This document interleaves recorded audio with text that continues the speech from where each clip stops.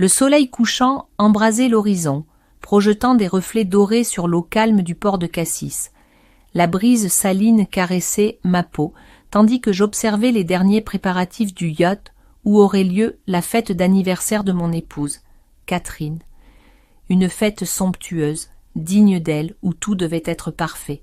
Mais ce soir, ce n'était pas la fête qui occupait mon esprit. Un message, glissé dans la poche de ma veste, brûlait mes doigts. Un petit mot griffonné, à la hâte, mais d'une écriture élégante, familière. Rejoins-moi sur le pont arrière avant que tout le monde n'arrive. J'ai quelque chose à te faire essayer. Aucun nom, mais je savais. C'était Élise, la meilleure amie de Catherine. Son ombre planait dans ma mémoire. Sa silhouette élancée, toujours drapée d'élégance. Ses cheveux argentés qui cascadaient sur ses épaules comme des fils de lune. Et ce regard, ces prunelles couleur d'orage qui semblaient toujours sonder ce que je n'osais pas dire.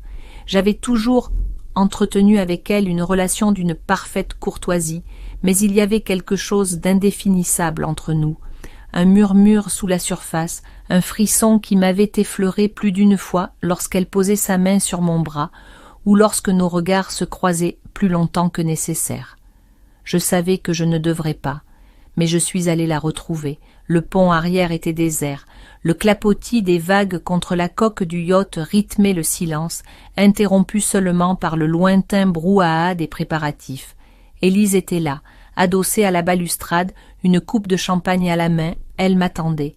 « Tu es venu. » Sa voix était basse, presque un murmure, et pourtant chaque syllabe vibrait en moi comme une corde tendue. Je n'ai pas vraiment eu le choix, ai-je répondu en sortant le billet de ma poche. Elle sourit. « Tu en avais un, mais tu as décidé de me rejoindre. » Elle approcha, lentement. Mon cœur battait plus vite. Elle tendit la main et, du bout des doigts, effleura le revers de ma veste. « J'ai un cadeau pour toi, » murmura-t-elle. Je restai figé. « Un cadeau ?»« Oui, quelque chose que j'aimerais te voir porter ce soir. » Sa main disparut derrière elle, et elle en ressortit une boîte en velours noir. Je l'ouvris.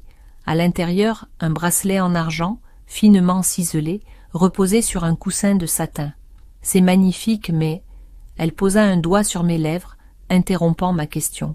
« Avant de dire quoi que ce soit, laisse-moi l'attacher à ton poignet. » Je ne protestai pas. Je ne pouvais pas. Ses doigts effleurèrent ma peau, alors qu'elle refermait le fermoir. Je sentis un frisson remonter le long de mon bras, une chaleur diffuse, une tension électrique suspendue dans l'air. Puis, elle releva les yeux vers moi, et dans son regard, je lus quelque chose d'inédit, quelque chose qui allait au-delà de l'amitié, au-delà des conventions. Ce bracelet, c'est un symbole, murmura-t-elle. Ce soir, porte-le pour moi. Elle s'éloigna d'un pas, me laissant là, déconcertée. « Élise, qu'est-ce que tu es en train de faire ?» Elle sourit, énigmatique, et avant de s'éclipser, elle souffla. « Ce soir tu comprendras. » Je restai là un instant, le regard perdu sur l'eau scintillante, et pour la première fois, je compris que cette soirée serait bien différente de ce que j'avais imaginé. Le bracelet argenté semblait peser lourd sur mon poignet, alors que je retournais sur le pont principal du yacht. Autour de moi, les derniers invités arrivaient, une mer de visages connus et de voix animées se fondant dans le clapotis régulier des vagues. La lumière tamisée des guirlandes suspendues au bastingage projetait une lueur dorée sur les coupes de champagne que des serveurs en uniforme faisaient glisser entre les convives d'un geste fluide et parfaitement chorégraphié. Mais je ne voyais rien de tout cela. Tout mon esprit était accaparé par Élise, par ce sourire énigmatique qu'elle m'avait lancé avant de disparaître entre les ombres du yacht, par le contact fugace de ses doigts effleurant ma peau alors qu'elle attachait le bracelet. Un geste anodin en apparence, mais chargé de sous-entendus qui me troublaient bien plus que je n'aurais voulu l'admettre. « Pierre !» Je sursautai légèrement en entendant la voix de Catherine.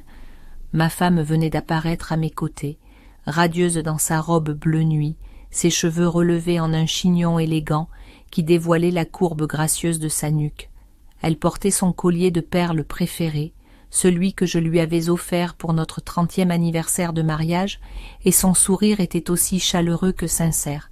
« Où étais-tu passé ? Je te cherche depuis tout à l'heure. » Son regard pétillait de cette affection tranquille qui s'était installée entre nous au fil des années, un mélange de complicité et d'habitude, de tendresse et de respect. J'admirais la mer, ai-je répondu en désignant vaguement l'horizon. Elle sourit, saisissant ma main entre les siennes avec douceur. Tu as toujours aimé les couchers de soleil. Puis elle baissa les yeux et son expression changea légèrement lorsqu'elle aperçut le bracelet. C'est nouveau, ça? Je sentis mon souffle se suspendre un instant. Oui, Élise me l'a offert. Son sourire s'élargit et elle tapota affectueusement mon poignet. Elle a toujours eu du goût. Elle ne posa pas plus de questions, et pourtant je sentis une légère crispation dans sa voix, une nuance imperceptible que seuls les couples de longue date peuvent détecter. Mais elle n'insista pas. Elle ne s'attarda pas sur le bracelet, sur son motif délicat, ni sur la façon dont il semblait m'appartenir comme s'il avait été conçu pour moi. « Viens, ajouta-t-elle, tout le monde nous attend. » Elle m'entraîna à travers le pont, glissant parmi les invités, avec cette aisance naturelle qui m'avait toujours fascinée. Catherine avait le don de se mouvoir avec grâce dans n'importe quel environnement mondain, comme une reine naviguant parmi ses sujets, offrant à chacun un sourire, un mot aimable, une attention particulière qui donnait l'illusion qu'ils étaient tous importants à ses yeux.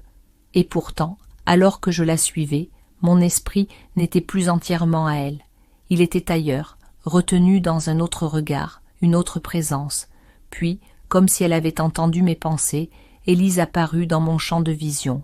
Elle se tenait près du bar, une coupe de champagne à la main, sa silhouette élégante drapée d'une robe ivoire fluide qui contrastait avec la profondeur de la mer derrière elle. Les lumières du yacht effleuraient ses cheveux argentés, leur donnant des reflets métalliques presque surnaturels. Nos regards se croisèrent, et dans cette fraction de seconde suspendue, je compris qu'un jeu venait de commencer. Élise porta son verre à ses lèvres sans me quitter des yeux. Un sourire à peine esquissé étira ses traits. Une invitation silencieuse, une provocation mesurée. Un frisson remonta le long de ma colonne vertébrale. J'aurais pu détourner le regard, prétendre ne pas avoir vu, ignorer le feu sourd qui couvait en moi depuis notre rencontre sur le pont arrière. Mais je n'en fis rien, au contraire, je soutins son regard. Un frémissement passa dans ses prunelles, une lueur d'amusement, ou peut-être de triomphe. Puis, lentement, elle s'éloigna du bar, se fondant parmi les invités avec une aisance troublante, me laissant là, seul, l'esprit embrouillé, le souffle court.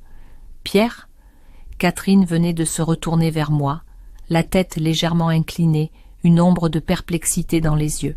« Tu es distrait, tout va bien ?» Je forçai un sourire. « Oui, tout va bien. » Mensonge. Tout était en train de changer, et je le savais. Le clapotis des vagues contre la coque du yacht résonnait dans l'air tiède du soir, tandis que la fête battait son plein. Les rires se mêlaient au tintement des verres, au murmure de conversations feutrées et au son d'un quatuor à cordes jouant une mélodie délicate en arrière-plan. Un serveur passa à ma gauche, portant un plateau d'amuse-bouche raffiné, tandis que Catherine échangeait des salutations chaleureuses avec un couple d'amis que je ne reconnus pas immédiatement. Mais je ne prêtai qu'une attention distraite à tout cela. Mon regard suivait Élise. Elle se mouvait avec une aisance troublante parmi les invités, distribuant des sourires, effleurant des bras en passant, glissant entre les conversations comme une ombre lumineuse, une présence qui captivait sans même chercher à le faire. Chaque mouvement semblait calculé, chaque geste portait en lui une promesse implicite.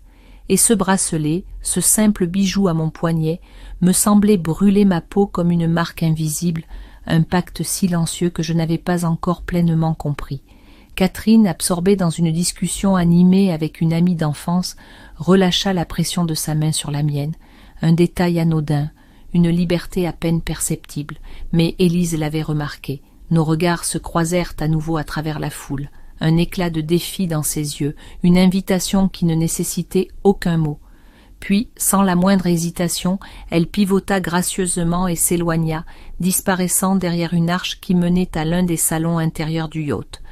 Mon souffle se suspendit, un battement de cœur d'hésitation. Puis mes pas suivirent, presque indépendamment de ma volonté.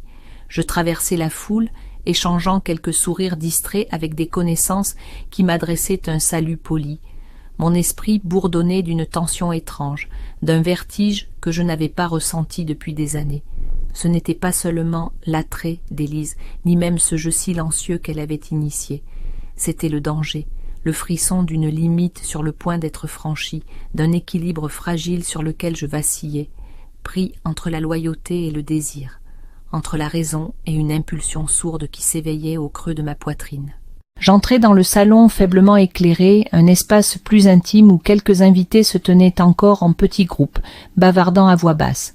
Et là, à l'extrémité de la pièce, elle m'attendait. Élise était adossée à une bibliothèque encastrée, une coupe de champagne à demi vide entre ses doigts. La lumière douce caressait son visage, révélant le galbe délicat de sa mâchoire, le frémissement imperceptible de ses lèvres. Elle ne dit rien.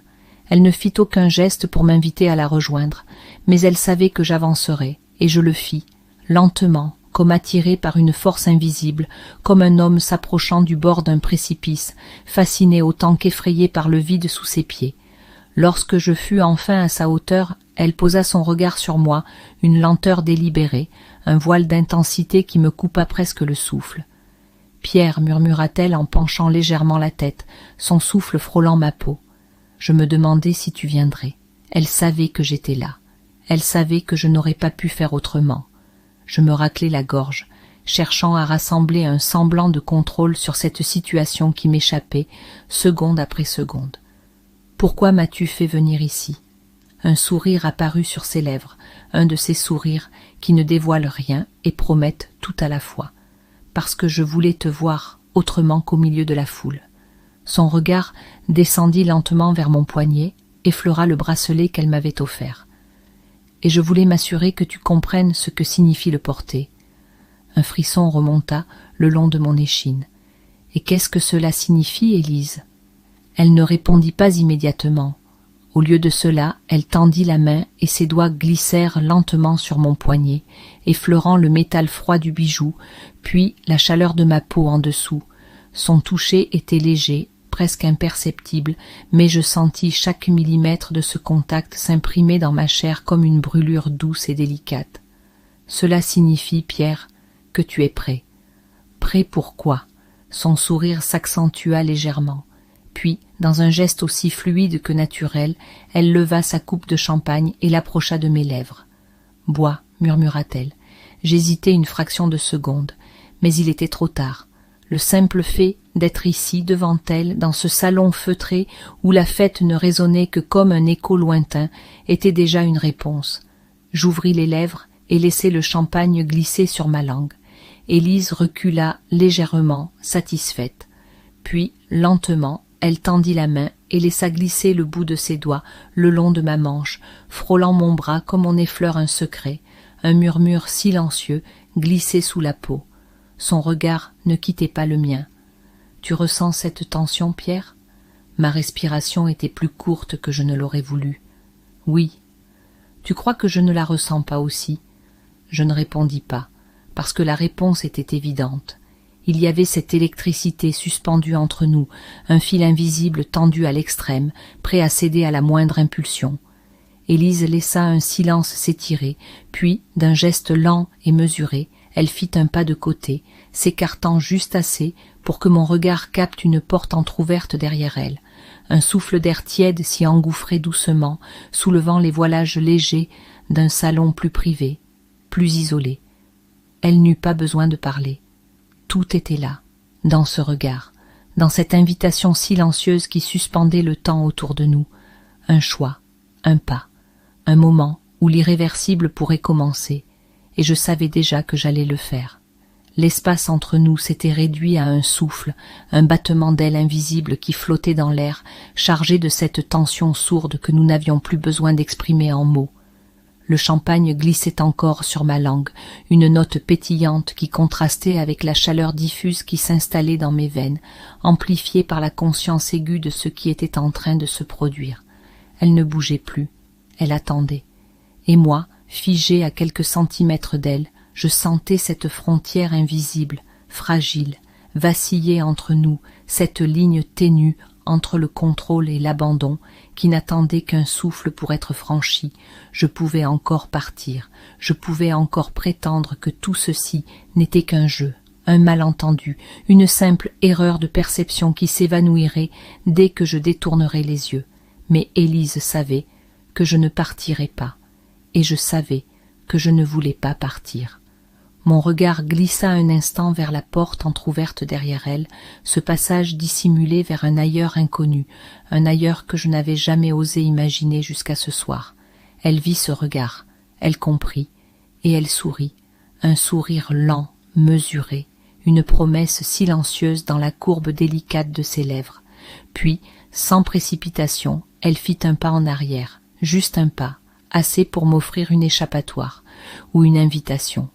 Je sentis mon cœur battre plus fort, tambouriner contre mes côtes avec une insistance déroutante. Un choix, un pas. Un frisson me parcourut, alors que je me rendais compte que ma décision était déjà prise, avant même que mon corps ne suive l'élan impérieux qui m'attirait vers elle. Sans un mot, sans un geste brusque, je pénétrai dans la pièce sombre au-delà de la porte entr'ouverte. Élise referma doucement derrière nous, isolant ce moment du reste du monde, nous enveloppant dans cette bulle suspendue où le murmure de la fête semblait s'éloigner, comme un écho trop lointain pour nous atteindre encore. Nous étions seuls. L'espace était réduit, intime. Un salon discret du yacht, conçu pour la détente, meublé avec goût, baigné dans une lumière tamisée qui dessinait des ombres mouvantes sur les murs capitonnés. L'air y était plus lourd, plus dense, chargé de cette tension muette qui se tissait entre nous à chaque respiration, à chaque frémissement imperceptible de nos corps trop proches. Élise ne bougeait toujours pas, elle attendait encore, elle me laissait faire ce dernier pas, celui qui rendrait tout irréversible. Je savais que ce n'était plus un simple jeu, c'était une chute, et j'étais en train de tomber. Je levai lentement la main, effleurai son bras du bout des doigts, un contact à peine perceptible qui électrisa aussitôt l'espace entre nous. Un tressaillement, un souffle court, son regard s'accrocha au mien, une lueur indéchiffrable dans les prunelles sombres, une lueur qui vacillait entre défi et abandon. Pierre, mon prénom sur ses lèvres, un murmure, une hésitation, un dernier rempart avant l'abîme. Mais il était déjà trop tard. Ma main remonta lentement, traçant une ligne invisible le long de son bras, jusqu'à atteindre son épaule, où je sentis la chaleur de sa peau sous le tissu léger de sa robe. Elle ne recula pas, elle ne fit rien pour arrêter ce contact, elle le laissa exister, le laissa s'ancrer dans cette réalité nouvelle que nous étions en train de créer. Puis, dans un geste infiniment lent, infiniment mesuré, elle leva à son tour la main et vint frôler mon poignet. Son pouce effleura le bracelet qu'elle m'avait offert, une caresse subtile sur le métal froid, un rappel silencieux de ce pacte que nous avions scellé bien avant d'entrer dans cette pièce. Un frisson me parcourut tout entier, nous n'avions pas besoin de mots, tout était là, dans ce toucher, dans cette électricité suspendue entre nous, dans la montée inexorable de cette tension qui ne demandait plus qu'à éclater. Nos souffles se mélangèrent, confondus dans ce silence oppressant qui en disait plus que 1000 discours. Puis, doucement, Élise inclina la tête, s'approcha juste assez pour que son front frôle le mien. Un geste d'une infinie douceur, d'une retenue fragile, un équilibre précaire qui ne demandait qu'à basculer. Mon cœur battait à un rythme effréné, écho de ce feu sourd qui me consumait de l'intérieur.